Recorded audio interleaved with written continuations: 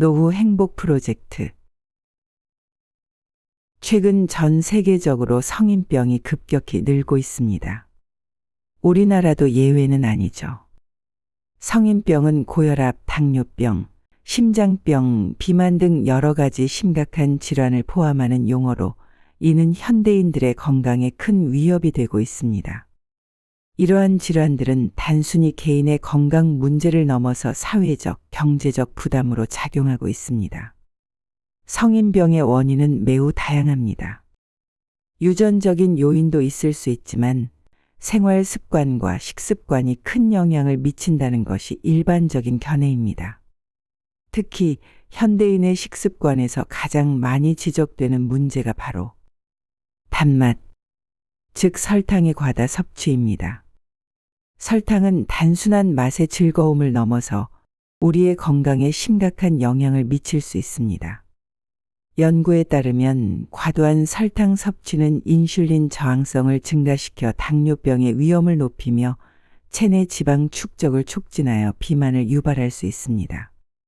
또한 설탕은 혈압을 상승시키고 심장병의 위험을 증가시킬 수 있는 것으로 알려져 있습니다. 현재 우리나라를 포함한 많은 나라에서 판매되는 대부분의 음식들은 자극적인 맛을 강조하고 있습니다. 이는 소비자들의 입맛을 사로잡기 위한 전략으로 음식이 점점 더 짜고 달고 매운맛으로 조리되고 있습니다. 이러한 식습관은 결국 우리의 건강을 해치게 됩니다.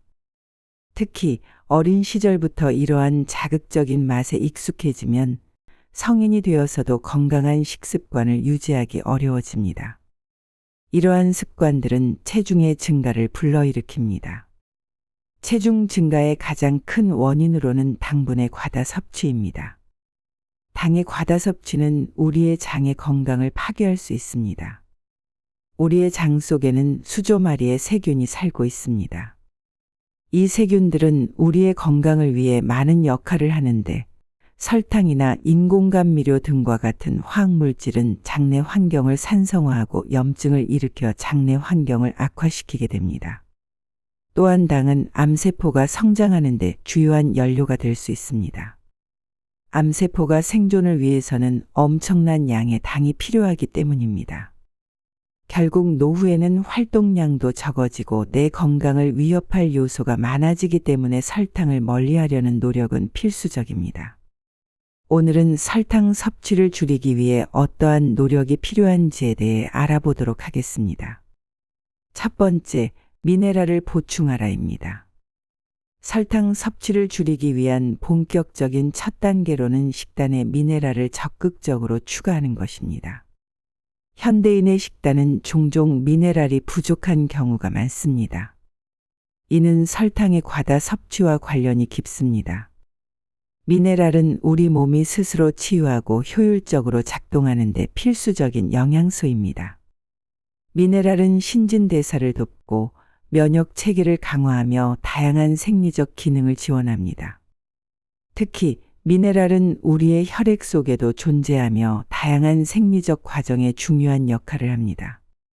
혈액 속에는 총 19가지 다양한 미네랄이 존재하지만 그 중에서도 특히 마그네슘, 칼슘, 칼륨, 탄산수소 나트륨이 설탕의 의존도를 낮추는 데 큰 도움이 됩니다. 마그네슘은 신경과 근육 기능을 조절하며 에너지 생산에도 중요한 역할을 합니다.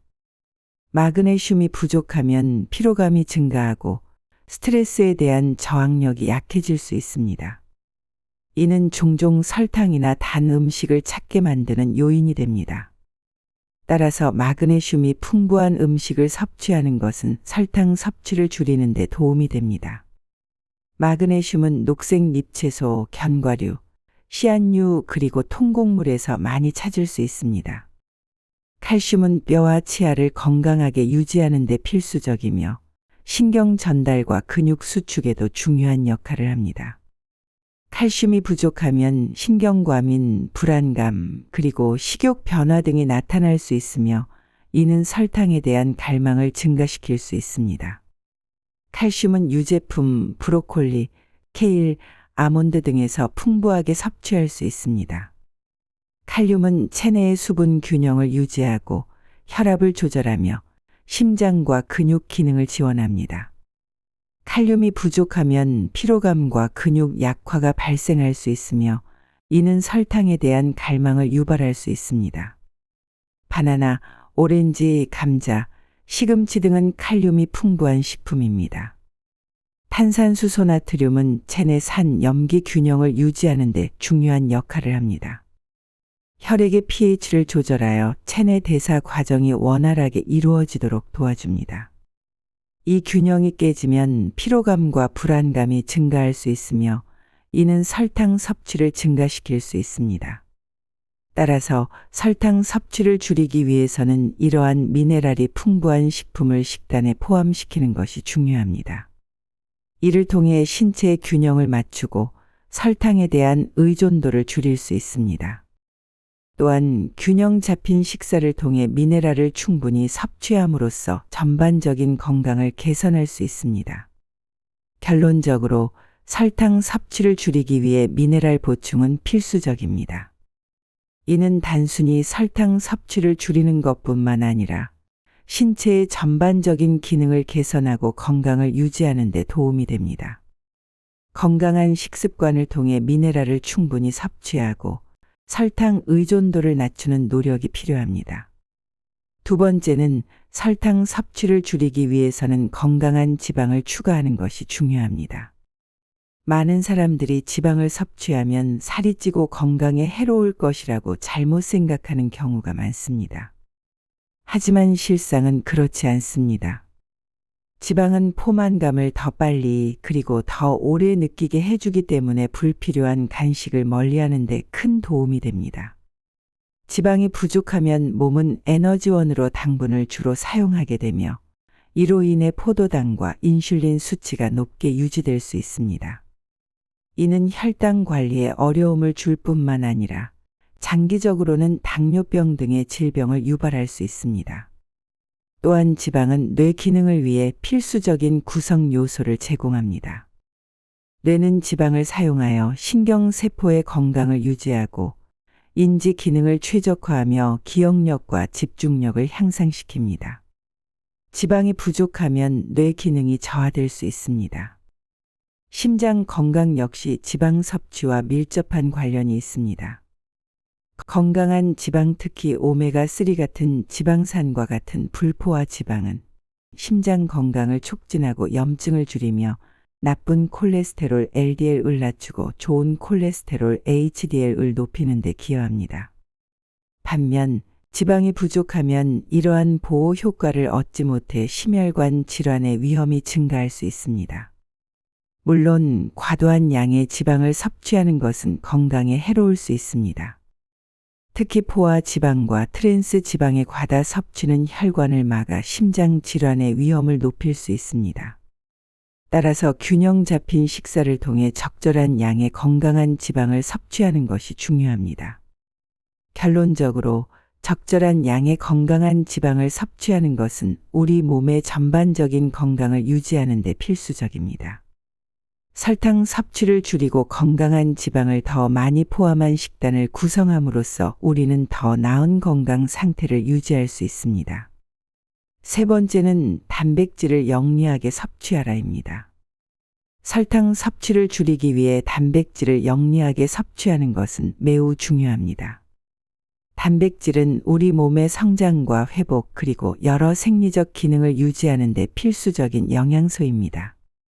그러나 단백질을 과다하게 섭취할 경우 신장에 부담을 줄 수 있으며 오히려 건강에 해로울 수 있습니다. 따라서 적절한 양의 단백질을 섭취하는 것이 중요합니다. 하지만 각 개인의 필요에 따라 단백질 섭취량은 달라질 수 있습니다. 예를 들어 운동을 많이 하는 사람이나 근육을 키우려는 사람은 더 많은 단백질이 필요할 수 있습니다. 반대로 신장 문제나 특정 건강 상태를 가진 사람들은 단백질 섭취를 제한해야 할 수도 있습니다. 따라서 자신의 신체 상태와 생활 방식에 맞는 적절한 단백질 섭취량을 파악하는 것이 중요합니다. 이를 위해 영양사나 의료 전문가와 상담하는 것이 좋습니다. 전문가들은 개인의 체중, 연령, 건강 상태 등을 고려하여 가장 적절한 단백질 섭취량을 추천해 줄 수 있습니다. 또한 단백질의 섭취원도 다양하게 선택하는 것이 중요합니다. 육류, 생선, 계란, 콩류, 견과류 등 다양한 단백질 공급원을 통해 균형 잡힌 영양을 섭취하는 것이 좋습니다. 일반적으로는 식물 단백질이 동물 단백질보다 건강에 더 좋을 수 있습니다. 하버드 대학의 한 연구에 따르면 육류를 많이 섭취한 사람이 가장 젊은 나이에 사망했으며 주로 대장암이나 심혈관 지방으로 사망한 것으로 나타났다고 합니다. 이는 절대적일 수는 없지만 가능한 한 식물성 단백질의 섭취를 좀 더 늘리는 것이 우리 몸의 건강을 지키는 데 많은 도움이 될 것입니다. 주로 콩이나 렌틸콩, 아몬드, 브로콜리 같은 음식에 우리의 건강한 단백질 섭취를 돕는 데 큰 역할을 할 수 있습니다. 결론적으로 설탕 섭취를 줄이기 위해 단백질을 영리하게 섭취하는 것은 건강을 유지하는 데 매우 중요합니다. 자신의 필요에 맞는 적절한 단백질 섭취량을 파악하고 다양한 식품을 통해 균형 잡힌 식단을 유지하는 것이 중요합니다. 이를 통해 우리는 건강한 생활을 유지하고 불필요한 설탕 섭취를 줄일 수 있습니다. 네 번째는 허브와 향신료를 첨가하라입니다. 설탕 섭취를 줄이기 위해 허브와 향신료를 요리에 첨가하는 것은 매우 효과적인 방법입니다. 허브와 향신료는 단순히 음식의 맛과 향을 더하는 역할을 넘어 다양한 건강 혜택을 제공합니다. 이 식물들은 오랜 세월 동안 전통 의학과 요리에 사용되어 왔으며 현대 과학에서도 그 효능이 입증되고 있습니다. 먼저 허브와 향신료는 혈당 조절에 도움을 줄 수 있습니다. 예를 들어 계피는 혈당 수치를 안정시키는 데 도움이 되는 특성을 가지고 있습니다. 연구에 따르면 계피는 인슐린 민감성을 높이고 혈당을 낮추는 데 효과적입니다. 따라서 단 음식을 줄이고 계피를 활용한 요리를 섭취하면 혈당 관리에 큰 도움이 될 수 있습니다. 또한 허브와 향신료는 강력한 해독 작용을 제공합니다. 특히 강황은 강력한 항산화제인 커큐민을 함유하고 있어 체내 유해 물질을 제거하는 데 탁월한 효과가 있습니다. 커큐민은 간 기능을 촉진하고 체내 독소를 해독하여 전반적인 건강을 개선하는 데 도움을 줍니다. 강황을 요리에 자주 사용하면 자연스럽게 체내 해독 과정을 지원할 수 있습니다. 소화 촉진 또한 허브와 향신료의 중요한 혜택 중 하나입니다. 생강은 소화 기능을 향상시키고 소화불량과 메스꺼움을 완화하는 데 효과적입니다. 생강은 위액 분비를 촉진하고 소화 과정을 원활하게 하여 음식을 보다 효율적으로 소화시킬 수 있도록 돕습니다. 따라서 생강을 요리에 첨가하면 소화 기능을 개선하고 소화 관련 불편함을 줄일 수 있습니다.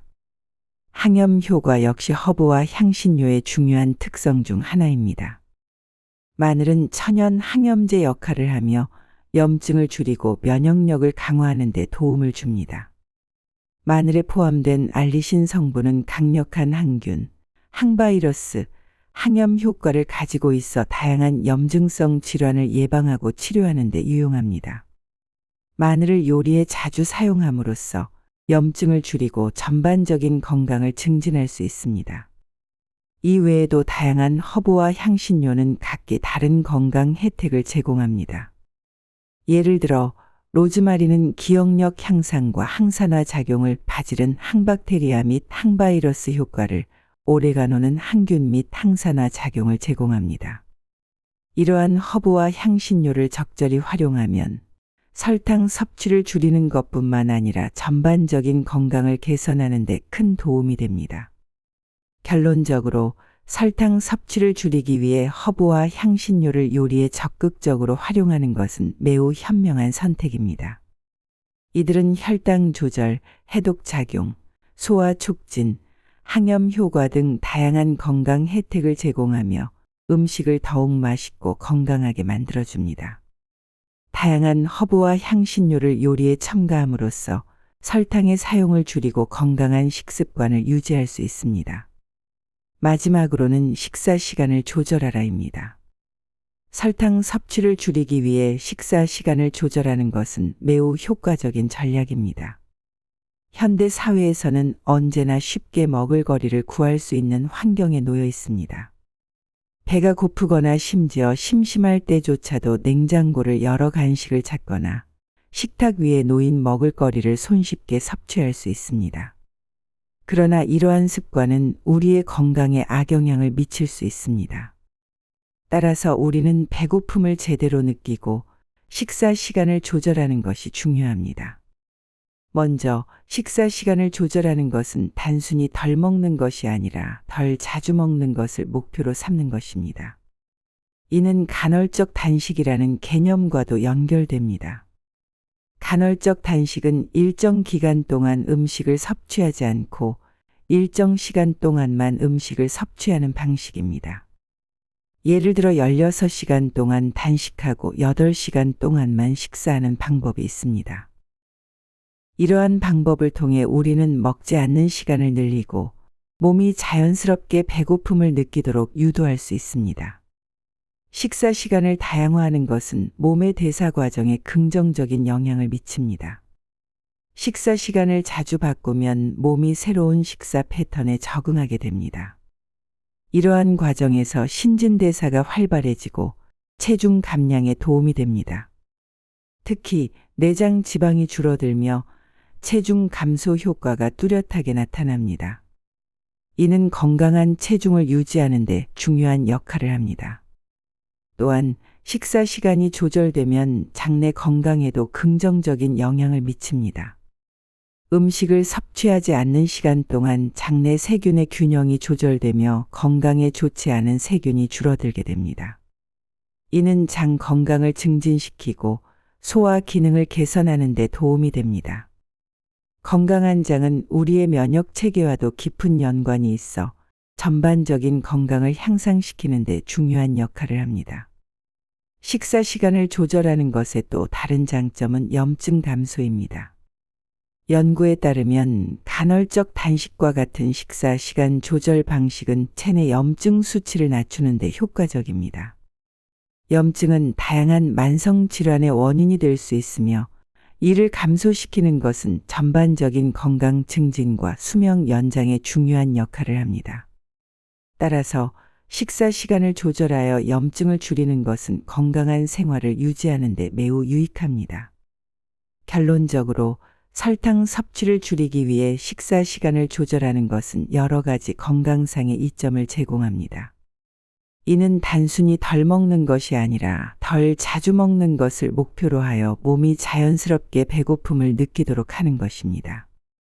이를 통해 우리는 체중을 감소시키고 내장 지방을 줄이며 장내 건강을 개선하고 염증을 감소시킬 수 있습니다. 이러한 변화는 결과적으로 우리의 수명을 연장시키고 더 건강한 삶을 유지하는 데 큰 도움이 됩니다. 식사 시간을 조절하는 것은 단순한 체중 조절 방법이 아니라 전반적인 건강을 증진시키는 중요한 생활 습관으로 자리 잡을 수 있습니다.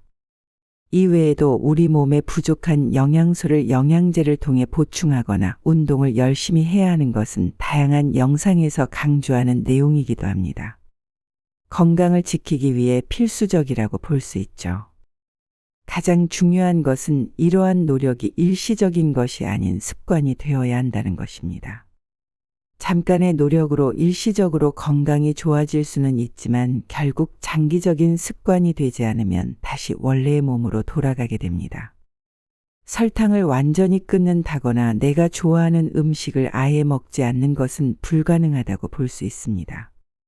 오늘 영상의 핵심은 완전히 끊는 게 아니라 대체하거나 절제하는 것임을 다시 한번 기억해야 합니다. 또한 인간은 스트레스를 받거나 잠이 부족하게 되면 단 음식을 먹고 싶어하는 유혹을 느끼곤 합니다. 따라서 평소 스트레스를 적절하게 관리하고 수면 시간을 잘 관리하는 것도 중요합니다. 건강은 어떤 것과도 바꿀 수 없는 자신이 가진 가장 큰 자산입니다. 건강 없이는 막대한 부도, 명예도 모든 것이 무의미해집니다. 이 영상을 통해 변화를 시작해 보세요. 인생이 변화하는 것을 느끼실 수 있으실 겁니다. 오늘 영상은 여기까지입니다. 시청해 주셔서 감사합니다.